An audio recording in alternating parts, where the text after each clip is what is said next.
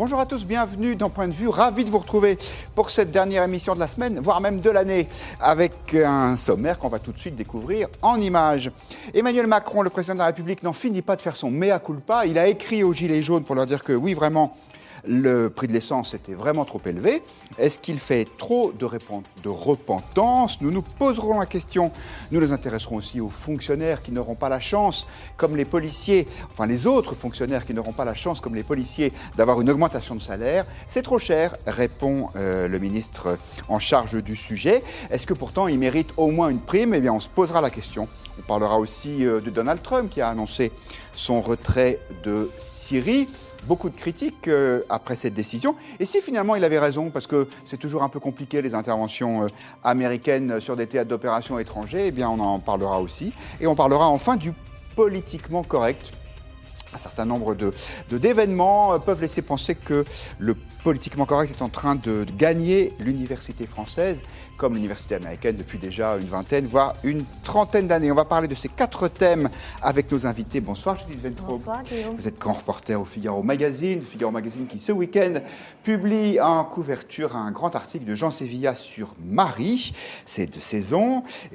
Christophe Devogue est là aussi, bonsoir. Bonjour. Vous êtes historien, professeur à Sciences Po, vous enseignez la rhétorique et les idées politiques. Parmi vos ouvrages récents, Où va la démocratie, écrit en collaboration chez Plomb. Et puis Guillaume Bernard est là aussi, bonsoir. Bonsoir Guillaume. Maître de conférence à l'ICES, l'Institut catholique d'études supérieures. Votre livre « La guerre à droite aura bien lieu », le mouvement d'Extrogir a été publié chez Desclés de Brouwer. Et puis on accueille aussi Hervé Nathan. Bonsoir. Bonsoir Hervé, directeur adjoint de la rédaction de Marianne, encore cette année. Marianne qui, en couverture, publie un numéro qui est un numéro double peut-être, oui. Et qui est consacré à toutes ces chansons qu'on n'oserait plus chanter aujourd'hui. Je vous le conseille, c'est très savoureux. On commence, si vous le voulez bien, cette émission avec le président de la République, Emmanuel Macron, qui a donc répondu à une pétition lancée par des Gilets jaunes qui se plaignaient de la baisse, du prix trop élevé des carburants. Et le président leur a écrit pour leur dire « Vous avez subi de plein fouet la hausse des prix du carburant. Vous avez décidé de réagir en signant cette pétition. Votre message, je l'ai entendu. Je vous réponds directement. Vous avez raison. » Christophe Devogue, est-ce que c'est une bonne politique, quand on est chef de l'État, de dire aux gens qui vous contestent et violemment depuis 3 semaines, finalement, vous avez raison? C'est faire contre mauvaise fortune bon cœur, en fait. Non, je crois qu'il y a je distinguerai 2 choses. Je pense que du point de vue du timing, c'est très surprenant. Parce que ce que j'ai compris, c'est que c'est bien la pétition originelle de Priscilla qui a eu tant de succès. C'est d'ailleurs une pétition très intéressante dont tout le monde parle, mais que peu de gens, je m'aperçois, ont lu. Sauf vous, apparemment. Non, mais le président aussi, visiblement. Oui. Mais évidemment, cette réponse, on l'attendait il y a... allez, soyons gentils, 3 semaines, voilà. Sur le fond, on voit très bien la stratégie rhétorique d'Emmanuel Macron, c'est de faire ce qu'on appelle une antilogie, c'est-à-dire une antilogie, c'est-à-dire de renverser l'argument. En l'occurrence, ça va plutôt mal. Il y a la colère, et il dit quelque part d'ailleurs, il faut faire de la colère une chance, je crois. Donc c'est l'idée de renverser l'argument et de dire, eh bien, on va utiliser ce mouvement pour accélérer ce changement, dont je vous rappelle, je suis à l'origine, car c'est moi qui veux changer le pays. Et rappelez-vous, toute la rhétorique gouvernementale, en tout cas présidentielle, c'est « mais en fait, je ne fais qu'accélérer ce que j'avais prévu de faire ». Vous avez remarqué, hein? Et ce qui est en partie vrai, mais c'est astucieux du point de vue rhétorique. Donc je dirais, pas mal sur le fond, mais alors très, très curieux que ça vienne à ce moment-là. Oui. Guillaume Bernard, on a beaucoup reproché au président d'être un peu hautain, distant. Du coup, il fait plein d'efforts. Hein. C'est le moins qu'on puisse dire. Il est allé à Soissons, dans l'Aisne, pour une visite surprise hier. Il a même déjeuné aux courtes pailles de Mareuil-les-Maux, en Seine-et-Marne. Ça doit bien être la première fois qu'il y va. Voilà, c'était pas forcément. Est-ce que vous êtes touché? Mais là, je vous vois ironique. Ah oui, vraiment, oui. Pendant la campagne électorale, il a fait une halte dans un courte paille. C'est un habitué du courte paille. Absolument. Il a d'ailleurs pris...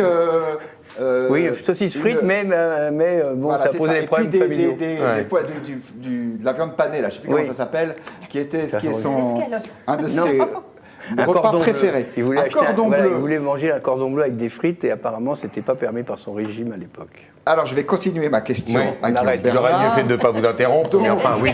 Donc, le président fait de vrais efforts pour aller au contact des gens. Est-ce que vous êtes sensible à cette initiative? Pas du tout.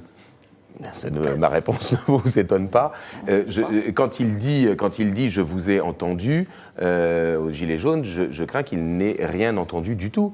Parce qu'en fait, il répond sur une question très pointue, très précise, qui est celle du pouvoir d'achat, mais ce n'est pas le cœur du problème des Gilets jaunes. Le cœur du problème des Gilets jaunes, c'est le fait qu'il y a une augmentation sans cesse des prélèvements obligatoires.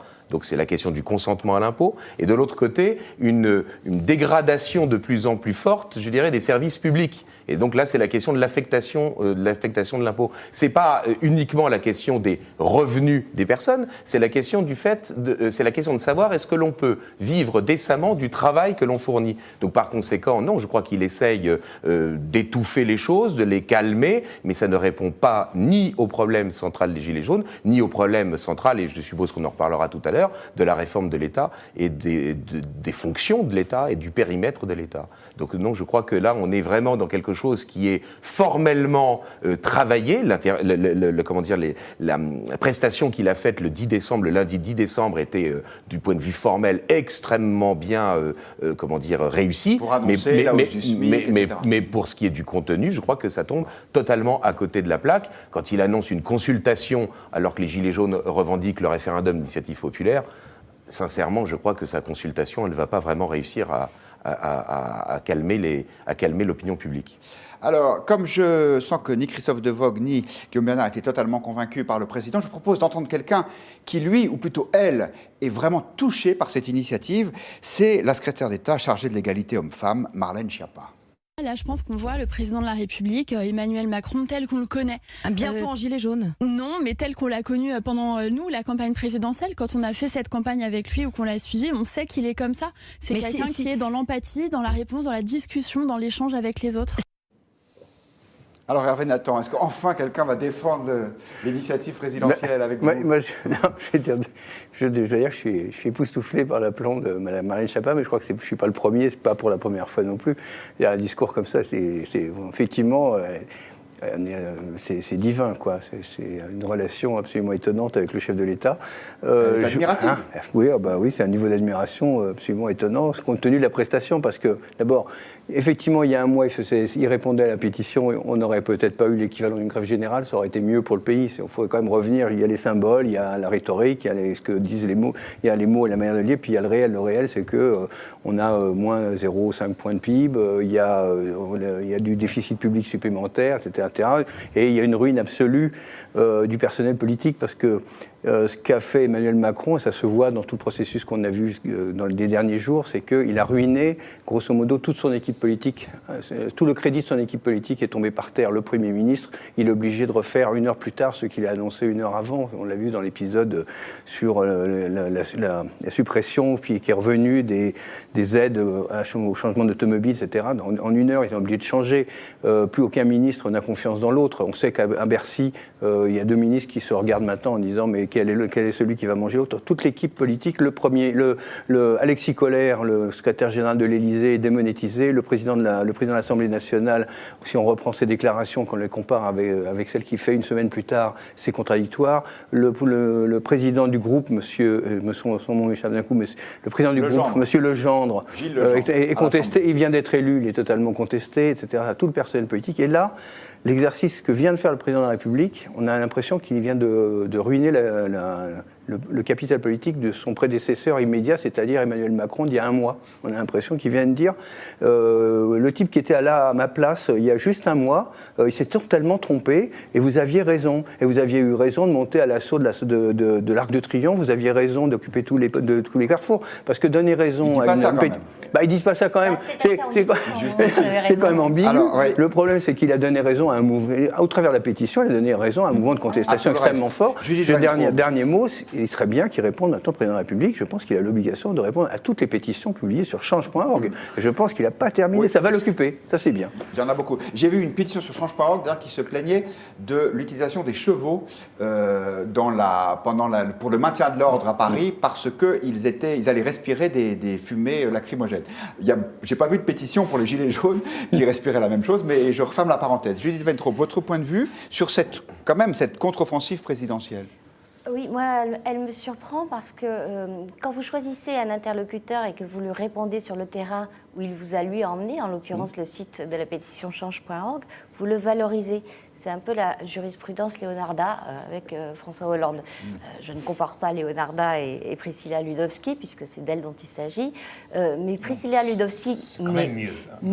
C'est quand même mieux, mais néanmoins, Priscilla Ludowski a annoncé qu'elle appelait les Gilets jaunes samedi à bloquer les camions à la frontière.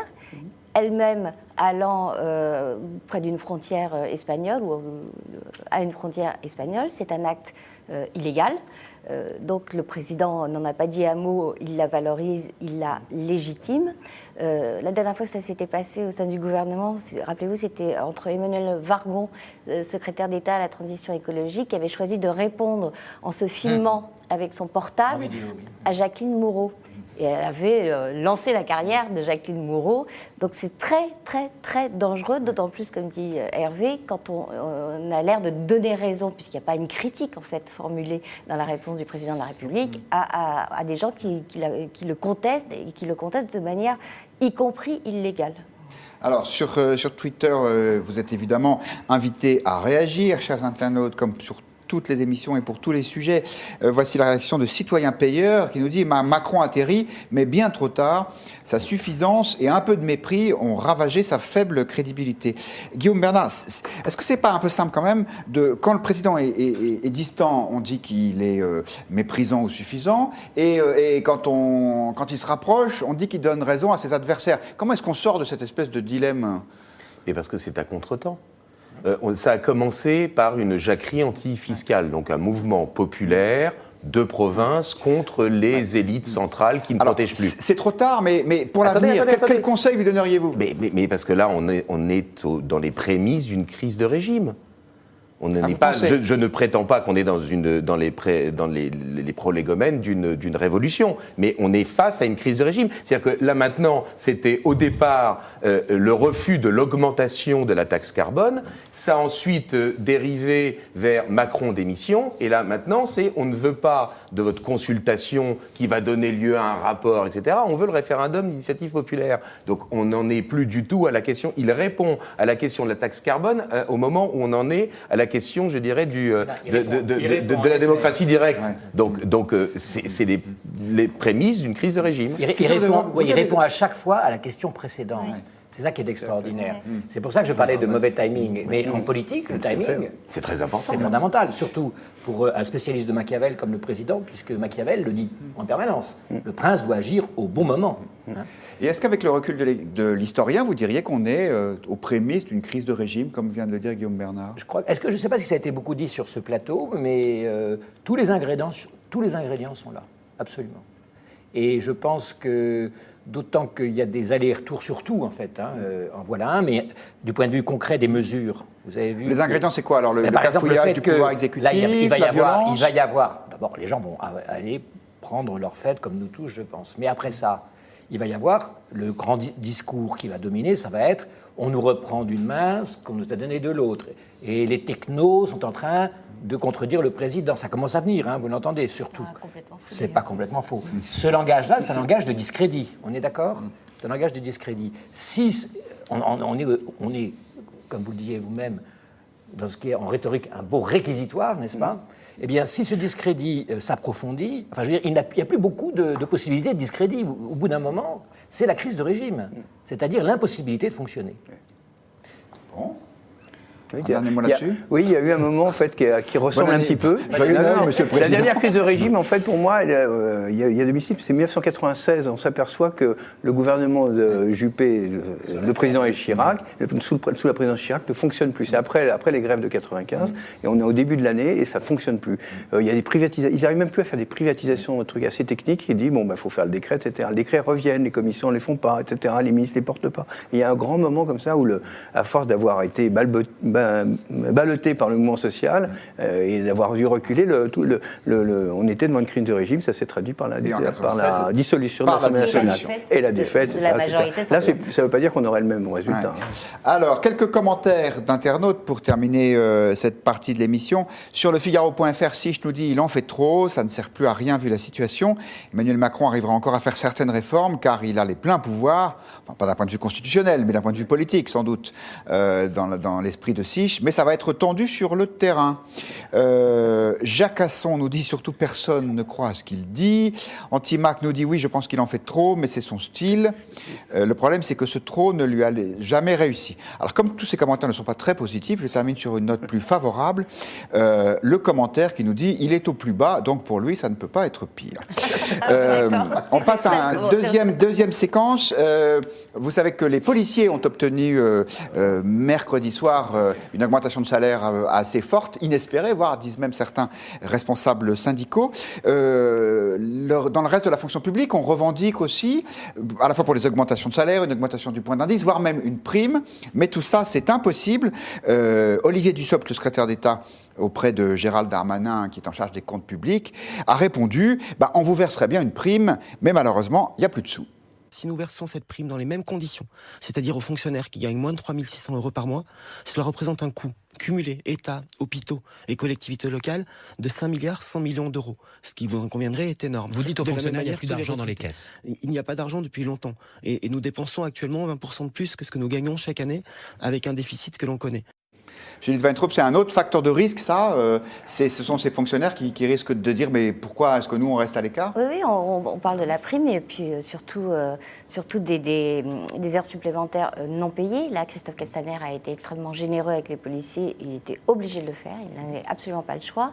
Le reste de la fonction publique a aussi des gros reliquats, notamment dans la fonction publique hospitalière, beaucoup moins chez les profs parce que le système est différent, mais dans l'hospitalière, oui. En gros, ça fait à peu près 4 milliards d'euros, ce que l'État doit en termes d'heures supplémentaires. Non payées, non encore payées. Non payées, non compensées à toutes les fonctions publiques. C'est absolument gigantesque.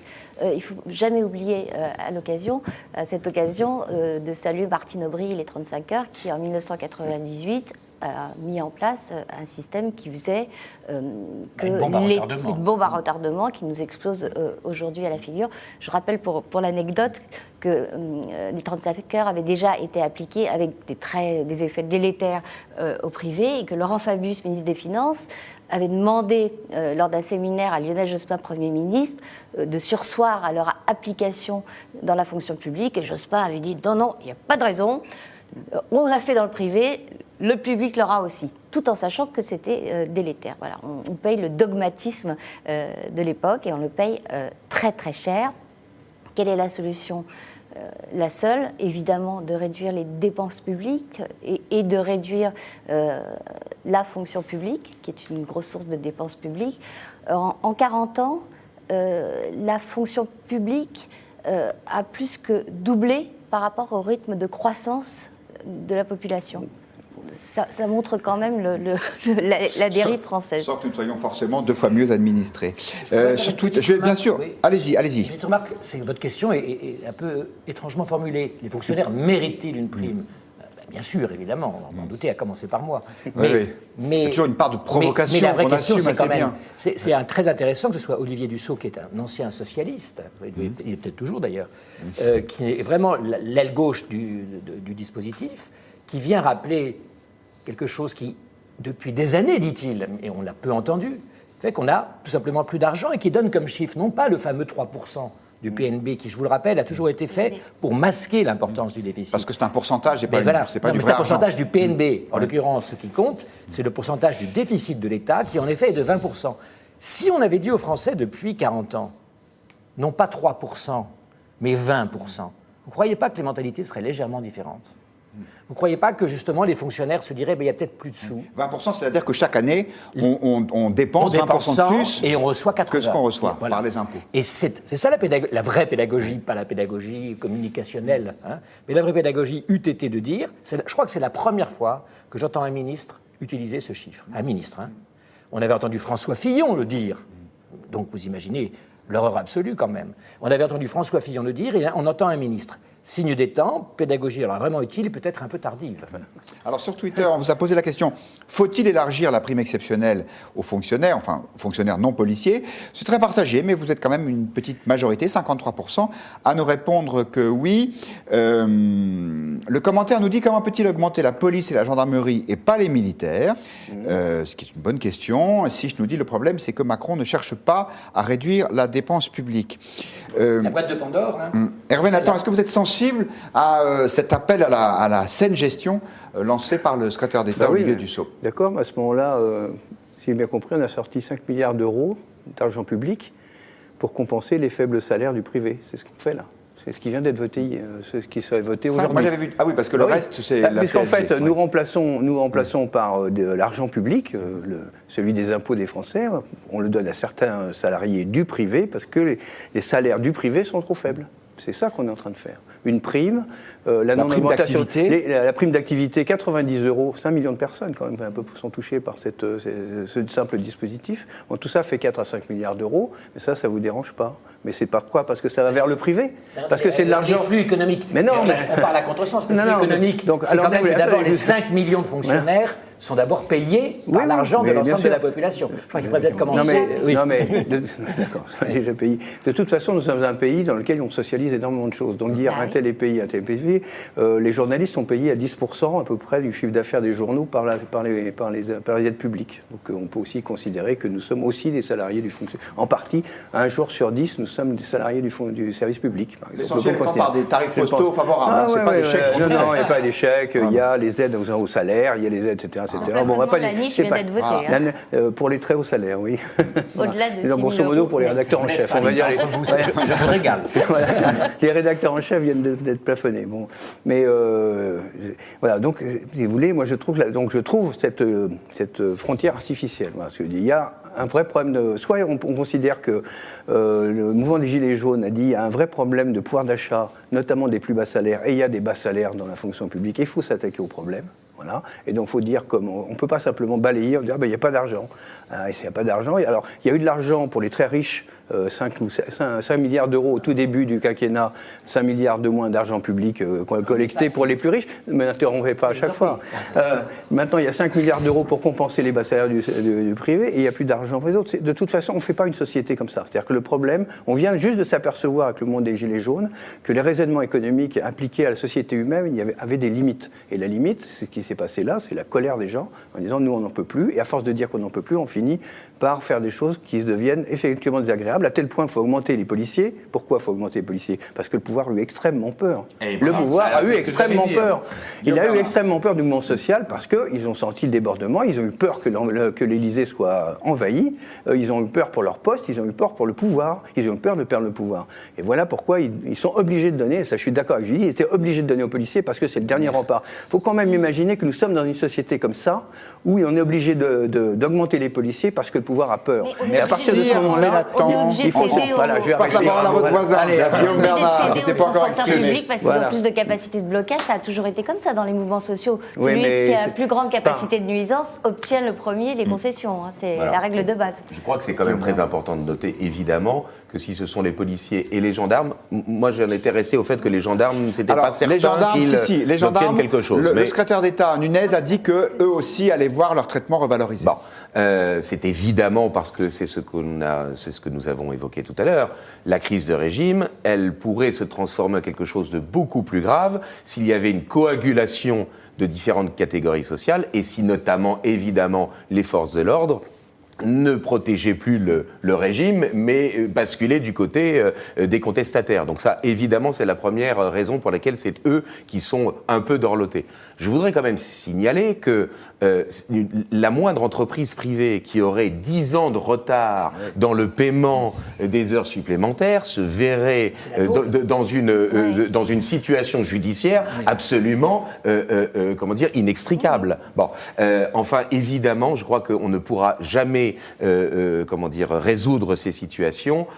C'est peut-être très prétentieux de le dire ainsi, de manière un peu courte, mais si on ne revoit pas le train de vie de l'État, quand je dis l'État, c'est et le périmètre de l'État, parce que quand on dit est-ce que les fonctionnaires méritent une prime, il y a des situations totalement disparates entre effectivement des gens qui sont sous astreinte d'un service la nuit, les infirmières, et puis alors je vais dire les attachés territoriaux, pour donner un exemple, qui sont dans des conditions de travail qui sont peut-être pas, je dirais, extrêmement compliquées. Il y a des divergences. Il y a la même chose dans le privé. Il y a des divergences de situation.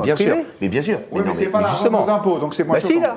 Si. Excusez-moi, la prime pour l'activité, c'est l'argent de nos impôts. Oui, mais moi, je maintiens depuis le début que la réponse que Macron a faite aux Gilets jaunes était une réponse hors sujet. Parce qu'en fait, il augmente une nouvelle fois les dépenses publiques, alors qu'en fait, le cœur du problème, c'est de savoir quelle est l'efficacité de la puissance publique. Les Gilets jaunes ne contestent pas le fait qu'il y ait un impôt. C'est pas le principe de l'impôt qui est contesté, c'est le niveau et son affectation. Il est bien évident qu'on a vu parmi eux des retraités, et parmi ces retraités, il faut bien comprendre que, parce que c'est un des sujets qui va venir, on compare toujours la situation, je dirais, d'années de cotisation. Mais je suis au regret de dire que les retraités de la fonction publique ne sont pas des retraités. Ils sont payés non pas par des cotisations sociales, mais par l'impôt. C'est une rémunération à vie. Oui. Alors certes, à un pourcentage inférieur que lorsqu'ils sont en activité, mais ce n'est pas par les cotisations sociales. C'est-à-dire que les acteurs du privé payent non seulement leur propre retraite, mais en outre, par l'impôt, ils payent la retraite des impôts aussi. Mais moi, je ne crois pas que l'opposition se fasse entre secteur privé et secteur public. Bon. Pour une raison très simple, c'est qu'aujourd'hui, la vraie ligne de fracture, me semble-t-il, est entre ceux qui sont, confrontés au risque, que ce soit le risque dans le travail, des pompiers qui soient caillassés, etc., ou au risque, je dirais, du chômage, et ceux qui, d'une certaine manière, échappent à ce risque ou se retrouvent dans une situation moins compliquée. Merci. Il me semble que c'est ça qui va redéfinir la lutte des classes. Judith. Je trouve aussi que la distinction public-privé n'est pas pertinent parce qu'effectivement la prime d'activité c'est de l'argent du contribuable puisque c'est une subvention de l'État. Donc il revient dans le privé, c'est logique. Et d'ailleurs c'est philosophiquement antinomique avec ce que revendique Emmanuel Macron, c'est-à-dire de permettre que le travail vous permette de vivre dignement. L'argent du travail. On n'est pas dans l'argent du travail avec cette histoire de prime dont j'ajoute que quand on a demandé à Bruno Le Maire, ministre de l'économie, si elle allait être pérenne, sa réponse a été « je le souhaite ». Ce qui veut dire que tout est ouvert pour l'an prochain. Ça sera voté chaque année dans le cadre du loi de finances. Oui, ou pas. Ou pas. Enfin, ou amendé. Le côté important, c'est ou pas. Je voudrais quand même rappeler deux choses. Je ne vais pas défendre le pour bien dire, on est tous d'accord, ça ne passait pas fonctionnaire public, simplement les fonctionnaires, et encore une fois je parle contre moi, puisque je suis payé par vos impôts, les miens aussi, mais quand même essentiellement par les vôtres. On en est très heureux. Et oui, mais c'est très grave. Non, donc je parle un peu. Donc du coup, je serais peut-être un peu moins désintéressé dans ce que je dis. Mais n'oublions pas que les primes dans la fonction publique se concentrent sur des ministères qui. Et demander une prime, ça va être donner de l'argent à Bercy, aux fonctionnaires de Bercy, qui concentrent, je vous rappelle, l'essentiel des primes et des hautes rémunérations de la fonction publique. Et si vous augmentez le point d'indice, comme demandent les syndicats, c'est très, très intéressant, vous augmentez automatiquement davantage les plus hauts échelons de la fonction publique. On est d'accord ? Oui. Autrement dit, l'effet, et ça s'en dit long sur le conservatisme de nos syndicats, et ça explique aussi le mouvement des Gilets jaunes. C'est-à-dire que si on augmente les primes, on va favoriser les gens qui sont en haut de l'échelle, par définition, puisqu'ils ont beaucoup de points, et bien cela, j'ai remarqué, est un commentaire qu'on entend très peu. Attendez, je ne comprends pas. Mais quand vous avez... Si on décidait, non, excusez-moi, dans le cas d'espèce, si on décidait d'appliquer le même système qu'au secteur privé, celui de la prime défiscalisée en dessous de 2 500 € de, ça, c'est de revenus. du point d'indice dont parle. Je demande des syndicats. Ils demandent de l'augmentation du point d'indice. Les syndicats, les pauvres en ce moment. Mais oui, mais ils ont du mal. C'est QFD. Ouais, c'est QFD. Alors, quelques commentaires d'internautes qui recoupent d'ailleurs assez largement vos interventions. Par exemple, M. Bronito qui nous dit en soi, il n'y a aucune cohérence à ce que l'État finance une prime pour le privé et pas pour le public. Si je nous dis, de toute façon, comment voulez-vous augmenter les salaires dans l'Union européenne? Nous sommes en concurrence directe avec la Pologne qui a un SMIC à 500 €. C'est vrai, même si ce n'est pas tout à fait le même sujet. Et Antimac nous dit, à force de donner des primes à tout le monde, on va finir à 4% de déficit. Et après ça, Moscovici tape sur les Italiens. 3 petits points. Voilà. Et puis Sich qui nous dit le problème, c'est que Macron ne cherche pas à réduire la dépense publique.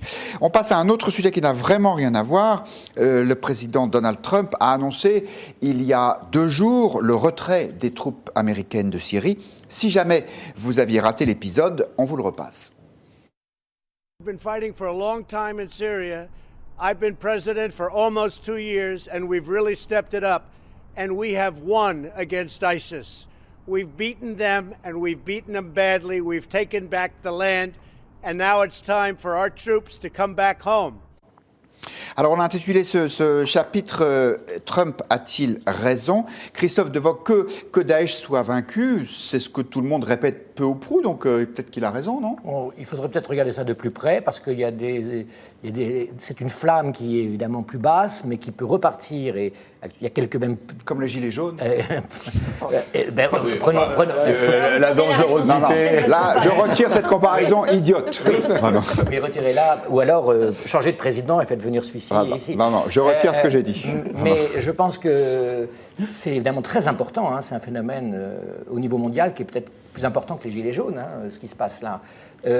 Alors, je ne parle même pas de ses conséquences, mais c'est vrai que la position américaine, elle est par définition difficile. D'abord, je rappelle que le retrait du Moyen-Orient, ce n'est pas une initiative de Trump, c'est une initiative qui est sur le long terme depuis Obama. Hein. Retrait d'Afghanistan, retrait d'Irak. Sur lequel il avait dû revenir. Enfin, bon, c'était la tendance de long terme, hein, quand même, de moyen terme de la politique américaine. D'autre part, moi, je souris toujours un peu, même je suis en total désaccord avec Donald Trump sur ce point, justement, comme sur d'autres. Mais le problème des États-Unis, je vous rappelle, c'est que quand ils interviennent, ce sont des impérialistes. Quand ils se retirent, ce sont des irresponsables. Ouais. Alors, vous disiez, attention, Daesh, c'est pas fini. C'est aussi le point de vue de Florence Parly, qui est la ministre des Armées. Elle l'a répété ce matin sur RTL. Aujourd'hui, cet État est réduit à peau de chagrin, mais il reste encore une poche dans laquelle les djihadistes de Daesh sont centrés, sont repliés, et nous considérons que ce travail-là doit être terminé. Alors, c'est notre question sur Twitter. Après le retrait américain, la France a-t-elle raison de rester engagée militairement en Syrie? Et vous êtes une majorité, presque les 2/3, à nous répondre que non. Judith Van Trobe, en fait, il y a 2 sujets à propos de la décision américaine. C'est un, est-ce que le diagnostic est juste, c'est-à-dire oui ou non, Daesh est vaincu? Et puis aussi, après tout, on reproche toujours aux Américains des impérialistes. Là, pour une fois, s'ils reviennent chez eux, peut-être que c'est bien. Daesh est vaincu. Il y a eu un attentat meurtrier à Raqqa mercredi, fait par ces derniers djihadistes dont parle Florence Parly, qui sont quand même assez nombreux, sans compter ceux qui ont été emprisonnés, dont on ne sait pas s'ils vont se retrouver dans la nature là-bas, reprendre leurs activités là-bas, ou revenir pour les étrangers. Par exemple, en Europe, s'ils en proviennent, et par exemple chez nous. Donc, ça ouvre énormément d'incertitudes. Ça ouvre des incertitudes pour les Kurdes. Alors, Trump a vu Erdogan, le président turc, semble dire qu'il lui a arraché la promesse de ne pas bombarder les Kurdes tout de suite. Que valent les promesses d'Erdogan? Il est permis de s'inquiéter de sa capacité, de sa volonté même de les tenir. Et là, si Donald Trump met sa menace à exécution, ça s'étalera un peu quand même. Est-ce que nous pourrons rester, ou nous devrons rester? Est-ce que l'Angleterre, est-ce que l'Allemagne pourront rester? Rien n'est moins sûr, parce que les forces américaines présentes avaient quand même une capacité de dissuasion que nous n'avons pas. D'autant que le retrait de Trump laisse le terrain libre à Poutine, en gros. Et Poutine, ça veut dire l'Iran. Et dans une moindre mesure, la Turquie. On s'inquiète en Israël et on a raison. Alors nos internautes sont très partagés sur ce sujet. Il y a Guillaume qui nous dit que c'est une erreur stratégique de Trump, à mon humble avis. D'ailleurs, son ministre de la Défense vient de partir. Allusion à la démission de James Mattis. En désaccord avec de James Mattis, le secrétaire à la Défense, qui vient de démissionner pour cause de désaccord, comme le dit Judith Weintraub. Sich nous dit Trump applique enfin ce qu'il avait promis pendant les élections. Espérons que la France retire ses troupes également. Citoyen payeur nous dit Trump a sans doute électoralement raison, économiquement aussi, stratégiquement c'est à voir. Nicole nous dit aussi Trump avait promis de faire revenir les troupes aux États-Unis, donc c'est normal. Alors que Bronito considère que Trump fait de la politique intérieure comme d'habitude et qu'il ne voit jamais plus loin que l'avis de ses électeurs. Là, ça me paraît un peu excessif, ça. Guillaume Bernard, qu'est-ce que vous en pensez ? Moi, je pense qu'on ne peut pas analyser Trump d'un point de vue, idéologique ou doctrinal. Je crois qu'il essaye de jouer des équilibres. Alors, le jeu de l'équilibrisme, c'est pas forcément toujours efficace. Mais moi, il me semble que s'il retire les troupes de Syrie, ça signifie que, d'une certaine manière, il passe la main à Assad et donc à la Russie. Ce qui lui permet, par ailleurs, me semble-t-il, d'être beaucoup plus ferme sur les questions de défense de l'OTAN et des armes nucléaires. Il me semble que là, d'une certaine manière, il y a peut-être un jeu d'équilibrisme. Je donne raison ou je converge un peu avec Poutine sur la Russie pour pouvoir être d'autant plus ferme avec mes alliés de l'OTAN sur les armes nucléaires. Et puis de l'autre côté, il y a l'équilibre interne, je dirais, aux forces musulmanes.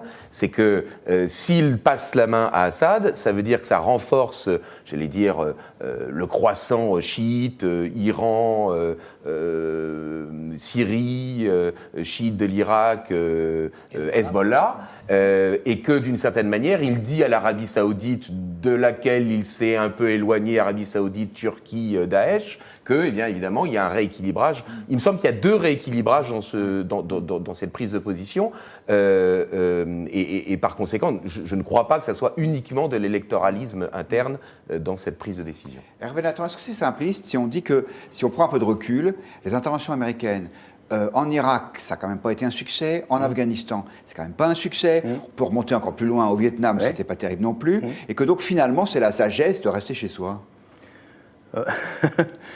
Quand les Américains ont débarqué en 1944, on était peut-être un petit peu contents de les voir arriver. Vous avez raison. Alors, ce qui est vrai, il y a des gens qui disent qu'on aurait préféré les voir en 1940. En 1942 d'ailleurs. Ouais, en 1942 ou même en 40. C'est quand même là qu'il y a le nœud. Et même en 40.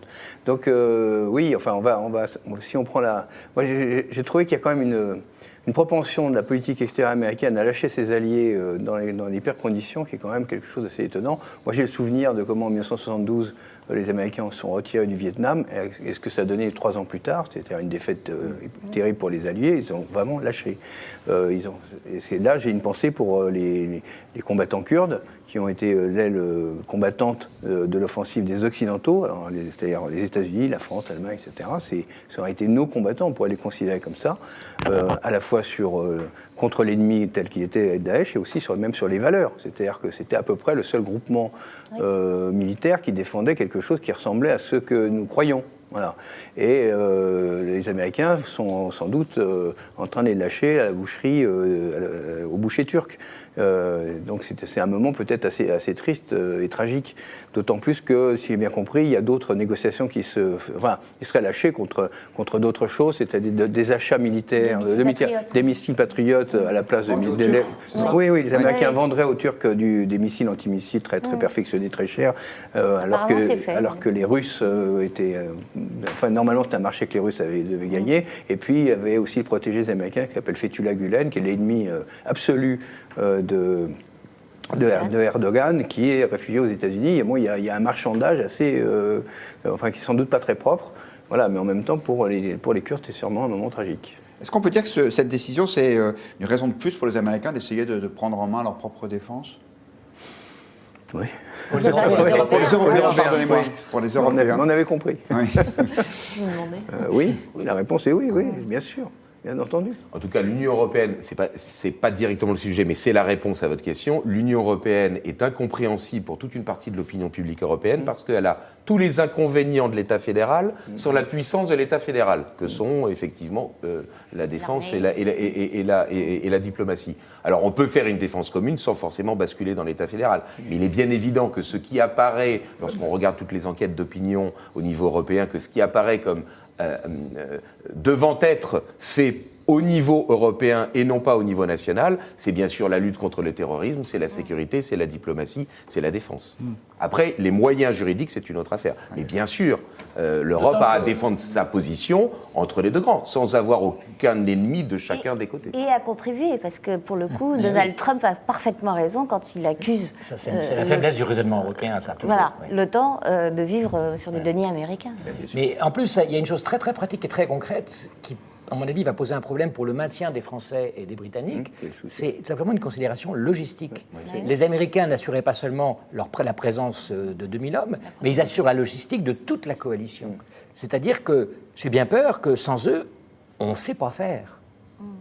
C'est-à-dire qu'ils assurent, au Mali... Surtout pour les Anglais, plus que pour nous. Mais au Mali, nous avons un support important de la part des Américains, en fait, en termes de logistique, aérienne notamment. Mais au Moyen-Orient, notamment en matière de détection aérienne. Donc moi, je crois que ça va être un vrai problème. Mais moi, encore une fois, je pense d'abord aux Kurdes. Parce que là, il n'y a pas seulement une question... il y a une question véritablement de valeur, d'enjeu, de civilisation, on peut le dire. Et ça commence à faire beaucoup de fois que les Kurdes habitent décidément au mauvais endroit. Ok, je vous propose de consacrer les dernières minutes de cette émission à la question du politiquement correct dans l'université française. On est parti de deux points qui a priori n'ont rien à voir, mais on pourrait donner d'autres exemples. Il se trouve que ceux-ci sont récents. Un sociologue, Stéphane Dorin, qui a été évincé de son groupe de travail à l'université de Limoges parce qu'il s'est opposé à ce qu'on appelle les théories décoloniales, c'est-à-dire le fait qu'il y ait un racisme institutionnel français, qu'il ne faut pas qu'il y ait d'appropriation culturelle, entre guillemets, qu'il faut une forme de repentance par rapport à tous ces sujets. Un autre exemple, celui d'un enseignant en philosophie depuis plus de 30 ans à l'université de Toulouse, il s'appelle Philippe Soile, et comme il a participé à une université de la Manif pour tous, il s'est vu retirer son cours d'agrégation.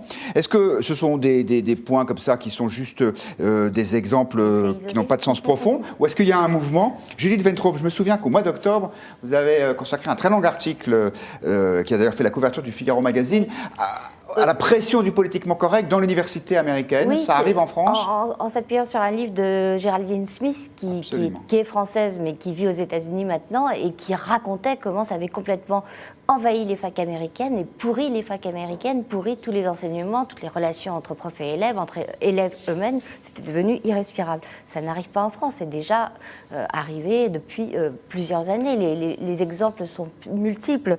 Rappelez-vous, le directeur d'IUT de Saint-Denis, Samuel Bayol, qui a été d'abord viré et puis victime de coups et blessures parce qu'il s'opposait à l'islamisation de son IUT. Il y avait des salles de prière, il y avait des tentatives d'intimidation des étudiantes non voilées.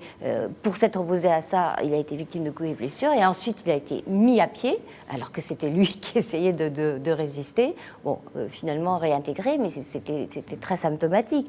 Autre exemple, parce que c'était sa hiérarchie qu'il avait lâchée en race campagne. Autre exemple, les syndicats, l'UNEF, Paris 4, qui élit à sa tête une étudiante voilée, l'UNEF qui se prétend à la pointe des combats féministes. Enfin, les exemples sont foison.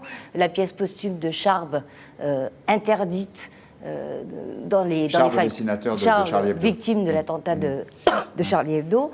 Ça n'arrête pas. C'est tous les jours. Daniel Obono, nommé au conseil d'administration de l'UFR de Sciences Politiques de Paris. Et Boutelja, ami de Daniel Obono et chef des indigènes de la République, autorisé à tenir un séminaire de décolonisation au sein de l'université française, etc., Voilà, etc. On vous renvoie la au très bon contamination papier, est avancée. de très bons papiers de notre camarade Alexandre Devecchio, qui est disponible sur le Figaro.fr. Christophe Devogue, vous enseignez dans l'un des temples du politiquement correct, puisque à Sciences Po, je crois on enseigne même la théorie du genre. Est-ce que vous le voyez progresser, vous, ce politiquement correct, cette pression de ne pas sortir du discours dominant, notamment sur le communautarisme? Mais vous voulez ma mort académique ou ma mort tout court? Non, je ne vous veux que du bien. Bon. Non. En fait, attention, je crois qu'il y a une confusion sur les termes. Le politiquement correct, ça fait très longtemps qu'il règne à l'université. C'est-à-dire ce qu'on appelle par là le fait de prendre des périphrases, d'éviter de nommer les choses, etc. Ça fait très longtemps que c'est une tendance de l'université française, comme des médias français d'ailleurs. C'est vrai. Là, on parle d'autre chose. On parle des théories décoloniales. Ça, c'est plus nouveau. Hein. C'est-à-dire, parce que là, véritablement, c'est un engagement militant en faveur donc des racisés par notre État raciste, etc. Donc là, il s'agit de tout un... C'est bien plus que le politiquement correct. Hein. Il s'agit véritablement d'une entreprise intellectuelle et politique à visée clairement totalitaire et qui cherche et qui fonctionne par l'intimidation. Bon. Alors, vous avez cité les exemples. Je vous renvoie un petit peu la question, Guillaume. Ce qui m'étonne un petit peu, c'est qu'on a beaucoup de choses, beaucoup d'opinions là-dessus, notamment dans le Figaro. Moi, je trouve que ça devrait être plutôt l'objet d'une investigation, c'est-à-dire de faire exactement comment se fait-il, qu'est-ce qui s'est passé avec Stéphane Dorin, exactement, qui a quand même été exclu de son laboratoire, qu'est-ce qui s'est passé, comment s'est passée l'élection de Daniel Obono, qui l'a suggéré, etc. Pourquoi est-ce qu'elle est là? Elle est députée, bien sûr, mais pourquoi cette députée-là? Donc je crois qu'il y a vraiment là un travail d'investigation, que moi je serais très curieux de lire, de la presse et des médias qui cherchent justement, et encore une fois, en distinguant bien le politiquement correct du décolonial. Et je terminerai, parce que je vois beaucoup apparaître ça, l'influence américaine.